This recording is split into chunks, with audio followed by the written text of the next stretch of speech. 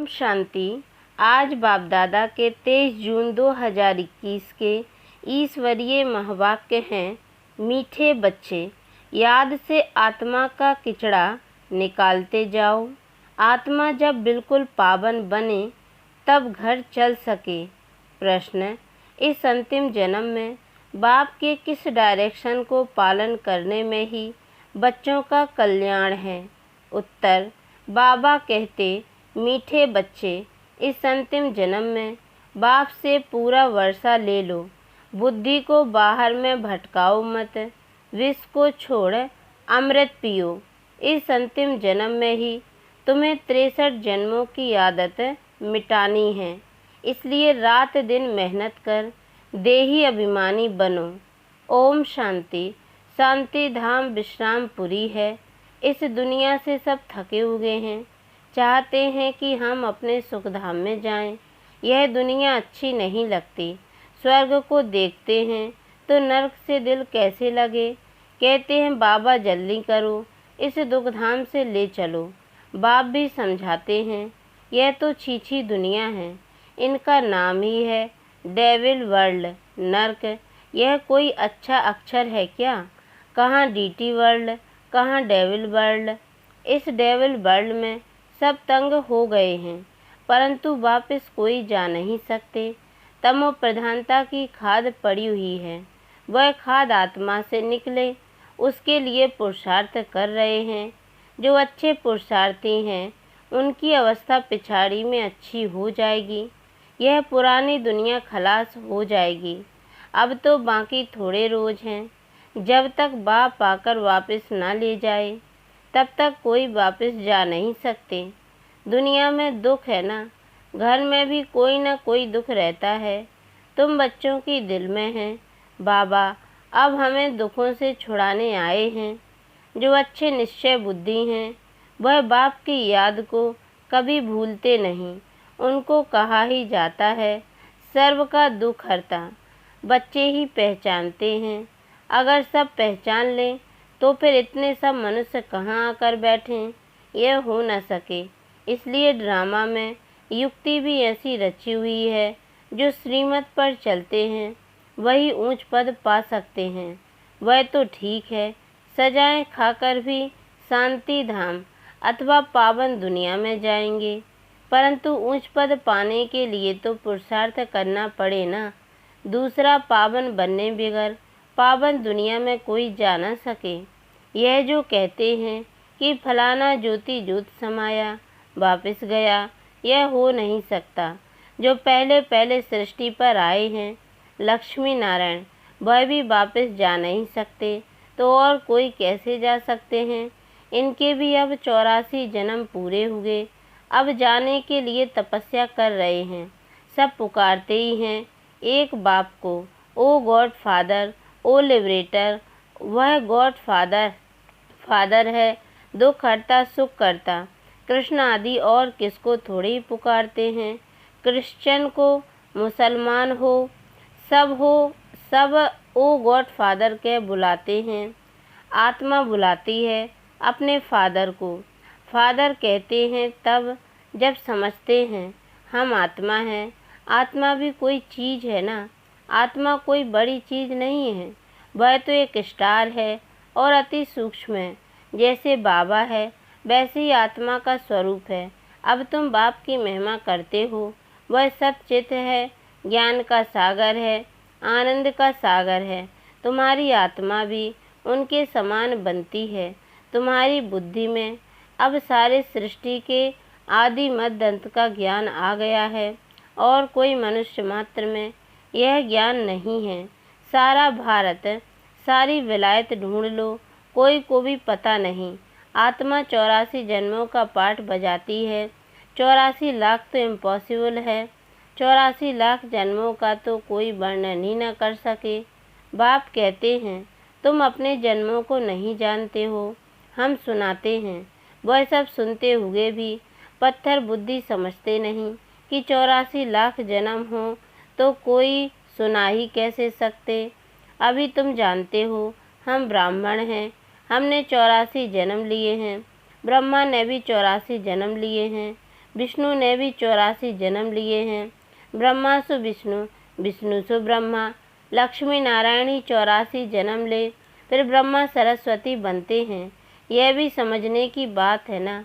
बाप कहते हैं हर 5000 वर्ष बाद आकर समझाता हूँ। 5000 वर्ष का चक्र है। अभी तुमने वर्णों का राज भी समझा है, हमसों का अर्थ भी समझा है। हम आत्मा सु देवता बनते हैं, फिर हमसु क्षत्रिय, हमसु वैश्य शूद्र बनते हैं। इतने इतने जन्म लेते हैं, फिर हमसु ब्राह्मण बनते हैं। ब्राह्मणों का यह एक जन्म है।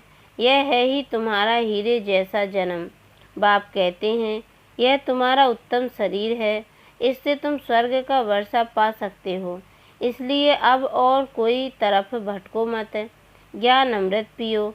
समझ में भी आता है। बरोबर 84 जन्म लेते हैं। तुम पहले सतयुग में सतो प्रधान थे, फिर सतो बने, फिर चांदी की खाद पड़ी। एकदम पूरा हिसाब बताते हैं। अब गवर्नमेंट भी कहती है सोने में खाद अलाय मिलाओ, 14 कैरेट सोना पहनो, सोने में खाद डालना। यह भारतवासी अब सगुन समझते हैं। शादी कराते हैं तो एकदम सच्चा सोना पहनते हैं। सोने पर भी भारतवासियों का बहुत प्यार है। क्यों? भारत की बात मत पूछो। सतयुग में तो सोने के महल थे, सोने की ईंटें थीं। जैसे यहाँ ईंटों की ढेरी लगी रहती है, वहाँ सोने चांदी की ढेरी रहती है। माया मच्छंदर का खेल दिखाते हैं ना। उसने सोने की ईंटें देखी, सोचा ले जाता हूँ। नीचे उतरा तो देखा तो कुछ भी नहीं है।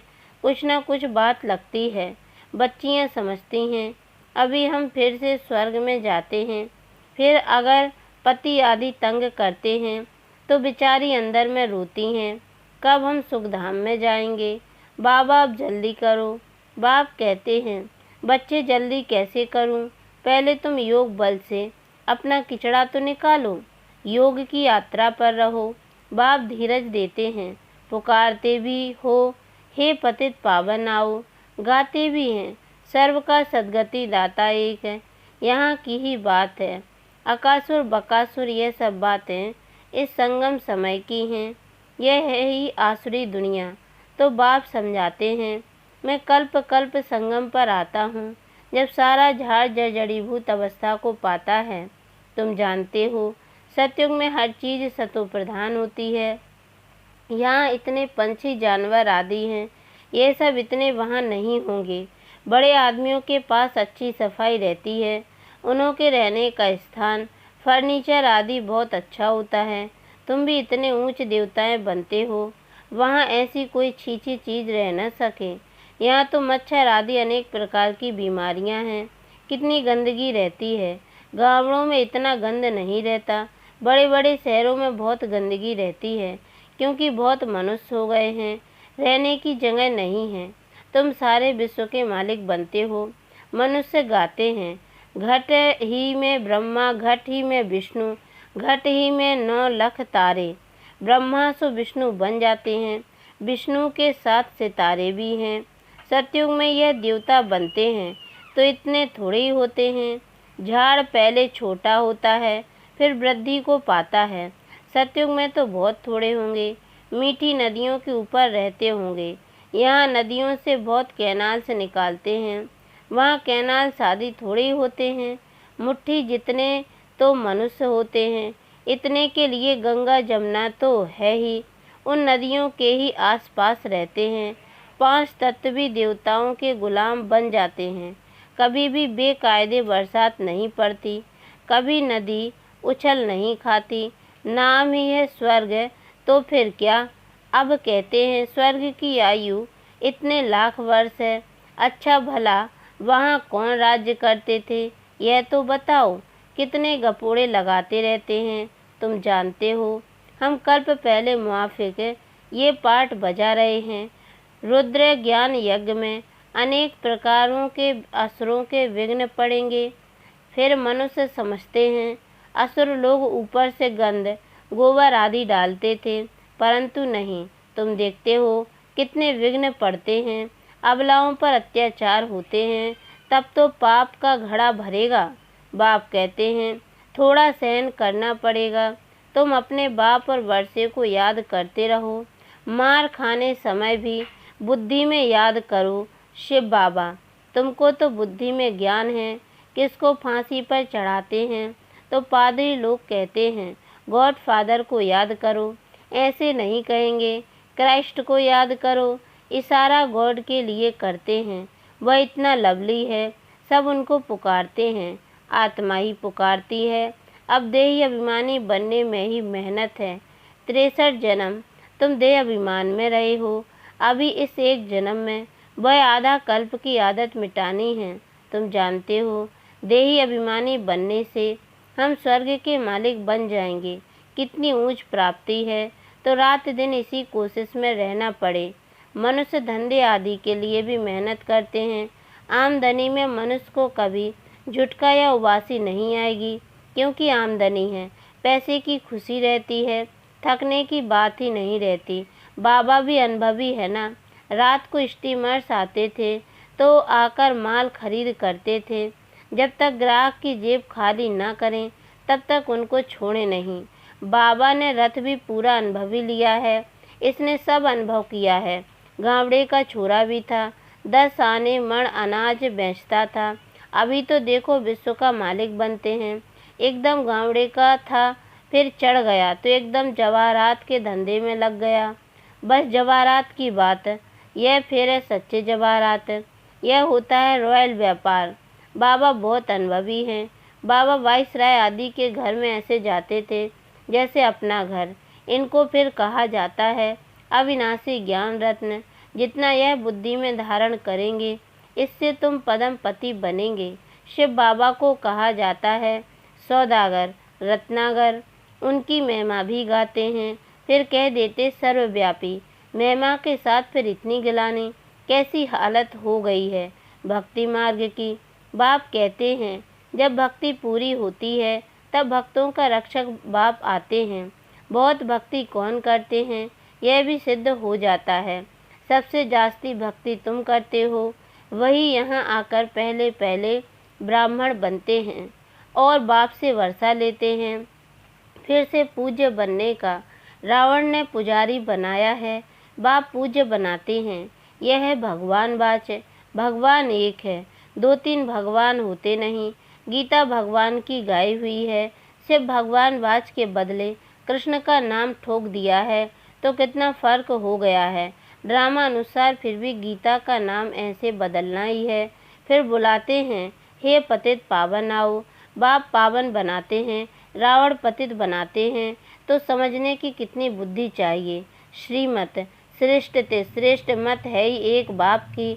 यह लक्ष्मी नारायण स्वर्ग के मालिक बाप की मत से ही बने हैं। अच्छा, मीठे मीठे सिकी लदे बच्चों प्रति माता पिता बाप दादा का याद प्यार और गुड मॉर्निंग। रूहानी बाप की रूहानी बच्चों को नमस्ते। और हम रूहानी बच्चों की ओर से भी रूहानी माता पिता बाप दादा को याद प्यार और गुड मॉर्निंग बाबा नमस्ते। धारणा के लिए मुख्य सार, पहली पॉइंट है, इस एक जन्म में 63 जन्मों के पुराने देह अभिमान की आदत मिटाने की मेहनत करनी है। देही अभिमानी बन स्वर्ग का मालिक बनना है। दूसरी पॉइंट, इस हीरे तुल्य उत्तम जन्म में इस बुद्धि को भटकाना नहीं है, सतो प्रधान बनना है। अत्याचारों को सहन कर बाप से पूरा वर्षा लेना है। वरदान, सोचना, बोलना और करना तीनों को समान बनाने वाले सर्वोत्तम पुरुषार्थी भव। सभी शिक्षाओं का सार है कि कोई भी कर्म से देखने, उठने, बैठने, चलने, सोने से फरिश्तापन दिखाई दे। हर कर्म में अलौकिकता हो, कोई भी लौकिकता कर्म व संस्कारों में ना हो। सोचना, करना, बोलना सब समान हो। ऐसे नहीं कि सोचते तो थे कि यह ना करें लेकिन कर लिया। जब तीनों ही एक समान और बाप समान हो तब कहेंगे श्रेष्ठ व सर्वोत्तम पुरुषार्थी। स्लोगन, जिम्मेवारी उठाना अर्थात एक्स्ट्रा दुआओं का अधिकारी बनना। ओम शांति।